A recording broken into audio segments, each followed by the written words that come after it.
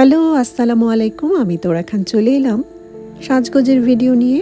তো অনেক সময় দেখা যায় যে আমাদের কালেকশনে যেই চুড়িগুলো আছে সেগুলো থেকে কিছু কিছু চুড়ি একটু টাইট হয়ে গিয়েছে, বা আমরা যারা সবসময় কাজকর্ম করি তাদের দেখা যায় যে বাঁ হাতের তুলনায় ডান হাতটা একটু শক্ত, কাজ করতে করতে আসলে হাত শক্ত হয়ে যায়। তো তখন দেখা যায় কিছু কিছু চুড়ি বাঁ হাতে সুন্দর মতো পরা যায়, বাট ডান হাতে পরতে গেলে একটু কষ্ট হয়। বা অনেক সময় এমন হয় যে অনেক আগের চুড়ি আমরা কালেকশনে রেখে দিয়েছি, আগে হয়তো একটু শুকনা ছিলাম, তখন চুড়িগুলো ঠিকঠাক মতোই পরা যেত, আর এখন একটু স্বাস্থ্য ভালো হয়ে যাওয়ার কারণে চুড়িগুলো একটু টাইট হয়ে গিয়েছে।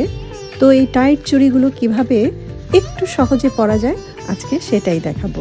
তো আমি এখানে একটা পলিথিন বা প্লাস্টিকের ব্যাগ নিয়ে নিয়েছি।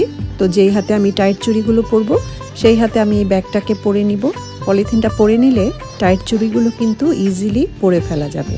আর টাইট চুড়ি পরতে গেলে আমাদের হাতগুলো অনেক সময় লাল লাল হয়ে যায়, এরকম প্লাস্টিক ব্যাগ পরে নিলে কিন্তু সেটা আর হবে না। আমি দেখেছি অনেকে এরকম টাইট চুড়ি পরার সময় হাতে লোশন, ক্রিম বা তেল মেখে তারপরে টাইট চুড়িগুলো পরে। তো সেভাবেও কিন্তু টাইট চুড়িগুলো খুব ইজিলি পরে ফেলা যায়।